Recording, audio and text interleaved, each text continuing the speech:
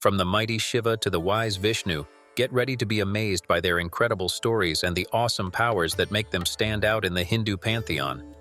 Shiva. Imagine Shiva sitting with his legs crossed, holding a trident known as Trishula. This weapon is a symbol of his power to destroy human ignorance. Around his neck he wears a naja, one of the deadliest snakes. This snake isn't just for show. It symbolizes Shiva's victory over death itself. But there's more to Shiva than meets the eye. He's got a third eye on his forehead, and with just one look, he can destroy any living being. It's like having a superpower, but an intense one.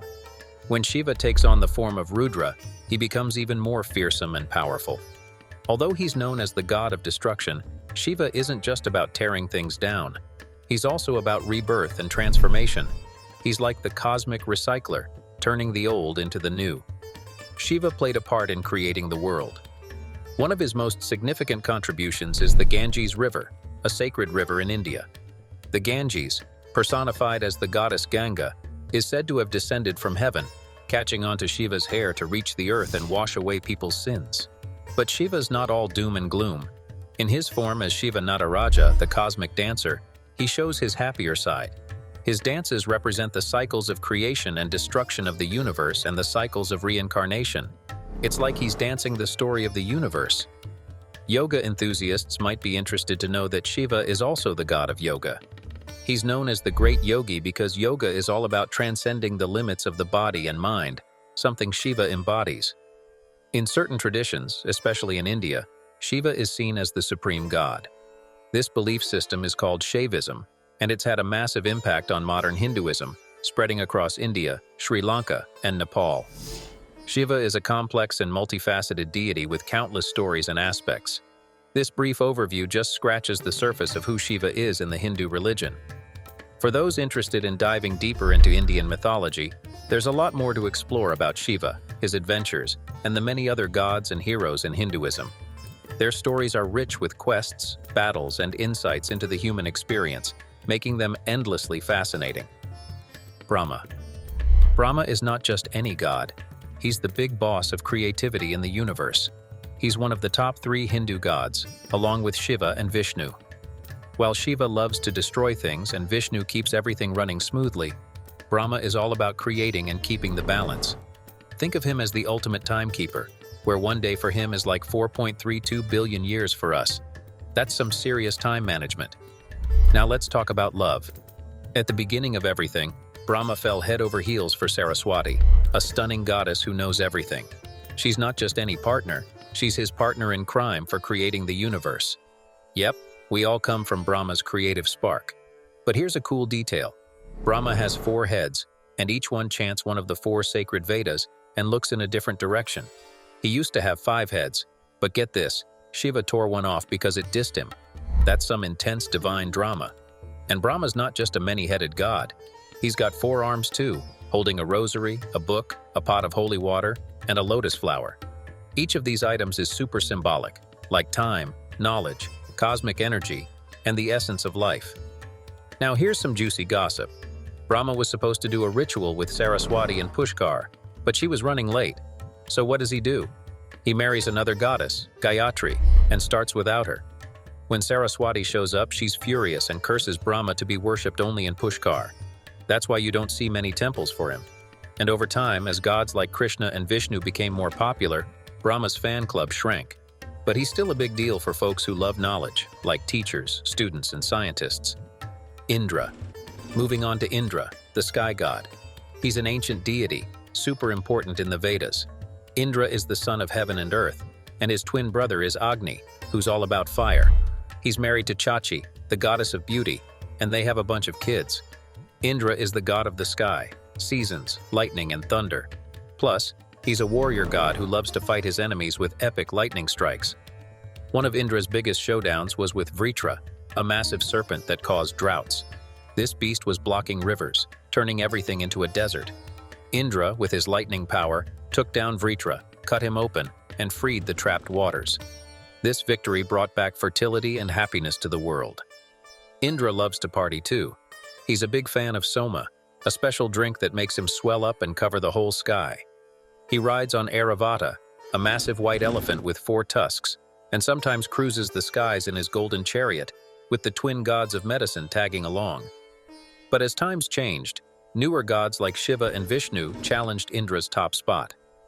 Feeling sidelined, Indra once tried to throw a massive storm at his former devotees, but Vishnu stopped him with a huge mountain. Even though he's not the main guy anymore, Indra still holds a respected place in Hinduism. Vishnu. Imagine Vishnu as one of the superstar gods in Hinduism, hanging out with the other important ones, Shiva and Brahma. Vishnu is the one who keeps things ticking along nicely. He's like the cosmic policeman, ensuring everything stays orderly and fair. Vishnu's all about being kind, moral, and merciful, and he's got this cool job of protecting us humans from the bad guys. Vishnu is super powerful, full of energy and splendor, and knows pretty much everything. He's usually shown with 4 arms, each holding something special. A lotus flower for purity, a chakra, energy disc, for his creative mind, a conch shell that made the first sound in the universe, and a mega-powerful weapon. Plus, he's often seen chilling on a bed of snakes, which shows he's totally in control of human desires and temptations. Vishnu's married to Lakshmi, the goddess of prosperity, and they're quite the power couple. Vishnu also has this amazing ability to cover the whole world in just 3 giant steps. And his ride? A solar bird named Garuda, a symbol of the eternal fight between good and evil. Vishnu has many famous avatars, like Rama from the epic Ramayana and Krishna. He's already been here 9 times, and there's a belief that he'll come back on a white horse to signal the end of the world. Parvati. Now let's talk about Parvati, the ultimate mother goddess of Hinduism. She's one of the forms of Devi, the great primordial goddess. Born to Himavat, the lord of the Himalayas, and Meena, Parvati is known for her marriage to Shiva, one of Hinduism's most revered deities. She's actually a reincarnation of Sati, Shiva's first wife, and came back as the charming Parvati to win Shiva's heart again. Here's where it gets dramatic. To make Shiva notice her, Parvati got some help from Kamadeva, the Indian version of Cupid. He shot Shiva with an arrow while he was meditating, which made Shiva fall for Parvati, but also super mad at Kamadeva, turning him into ashes with a single look. And get this, Shiva wasn't a fan of Parvati's skin color at first, so she performed some intense rituals and got herself a stunning golden skin tone. Together, Parvati and Shiva had some famous kids, like Ganisha, the elephant-headed god, and Skanda, the god of war. Parvati is all about fertility, marriage, beauty, and love. She's usually seen as a kind figure, often depicted with her children and riding beside Shiva on a mighty lion. But Parvati has a fierce side too. As Durga, the warrior goddess, she defeated tons of demons and was so tough that even the other gods were scared of her. And then there's her even scarier form, Kali, the goddess of death, always ready to unleash disaster. To keep her anger in check, people sometimes offer blood in rituals. One of Parvati's most famous stories is about the birth of Ganisha. She created him from her bath herbs, waxes, and oils. Initially, he didn't have an elephant head. That happened when Shiva accidentally beheaded him and then fixed things by giving him an elephant's head. Ganisha. Ganisha is famous for his wisdom, success, and of course his elephant head. But he didn't always look like this. Originally, Ganisha was born with a regular human head. His birth is a pretty unique story. His mom, Parvati, used the leftovers from her bath, oils and herbs, to create a boy-shaped statue. Then, with a touch of divine magic, she brought this statue to life. So, Ganisha comes into the world, but he's not the elephant-headed guy we know yet. Parvati raised him to be the loyal guardian of her palace doors, especially while she took her divine baths. Ganisha was super dedicated to his mom, almost a bit too protective. He was born while Shiva, his dad, was out, so they had no clue about each other.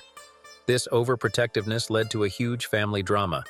When Shiva came back, he wanted to see Parvati, but Ganisha, not knowing who Shiva was, blocked him. Shiva, unaware this was his son, got super angry and a fierce fight broke out. Ganisha was brave and skilled, but Shiva, in a fit of rage, beheaded him. Parvati, hearing the commotion, came out and was heartbroken to see her son decapitated. She demanded Shiva bring Ganisha back to life, threatening to transform into Durga, the fierce warrior goddess, and unleash her fury. Shiva, wanting to fix things, agreed but needed a new head for Ganisha. He sent his servants, the Ganas, to find the first animal they saw and bring its head. They found an elephant, and its head was brought back. Shiva placed it on Ganesha's body, reviving him. Despite the shock of having an elephant head, Ganisha liked it. Shiva and Parvati raised Ganesha together, and he grew up to be one of the most beloved gods in Hinduism. He's known as the remover of obstacles, the god you turn to when you need a little extra help getting through tough times. He's not just a story from the past, he's a living part of Hindu culture, widely worshipped and respected. If you love learning about these powerful deities, hit that like button, subscribe for more awesome content, and drop a comment to share your thoughts on which god fascinates you the most. Until next time, stay curious.